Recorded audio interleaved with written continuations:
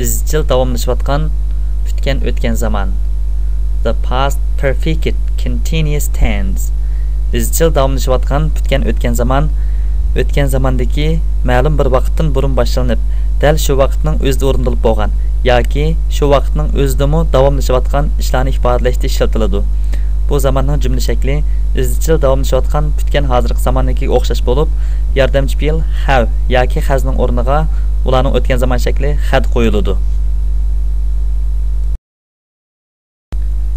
Izchil davomlashayotgan o'tgan zamonning bo'lishliq jumla shakli ega yordamchi fe'l have yoki hasning o'tgan zaman shakli had qo'shilgan be fe'lning o'tgan zaman tarmoq shakli been, harakat fe'l ing va to'ldirg'ich keladi. Masalan, he had been having a bath. U shu vaqtda yunayotgan edi. We had been waiting for you before you arrived. Biz siz kelishdan burun sizni saqlayotgan edik. Izchil davomlashayotgan o'tgan zamonning oddiy so'roq shaklini yasashda yordamchi fe'l had jumlaning beshida keldi. Ega be fe'lning o'tgan zaman tarmoq shakli been, harakat fe'l ing harflari va to'ldirg'ich keladi.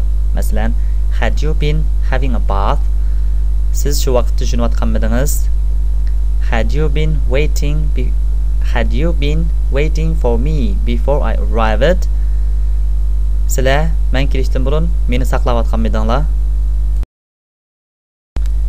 Izchil davomlashayotgan o'tgan zamonning bo'lishsiz jumla shaklini yasashda yordamchi fe'l had ning keyiniga not qo'shib etildi. Masalan, ega had not be fe'lning o'tgan zaman tarmoq shakli been, harakat fe'l ing to'ldirg'ich keladi. Masalan, he had not been having a bath. U vaqtda yuyinmayotgan edi. We had not been waiting for you before you arrived. Biz siz kelishdan ilgari sizni saqlamayotgan edik.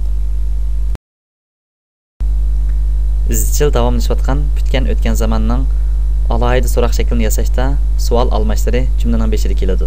Ondan yordamchi fe'l had ega be fe'lning o'tgan zaman tarmoq shakli been, harakat fe'l va ing harflari keladi. Masalan, whom had you been waiting? Sizlar shu chaqda kimni saqlayotgan? What had you been doing before I arrived? Sizlar men yetib kelishdan burun kimni saqlayotgan edinglar?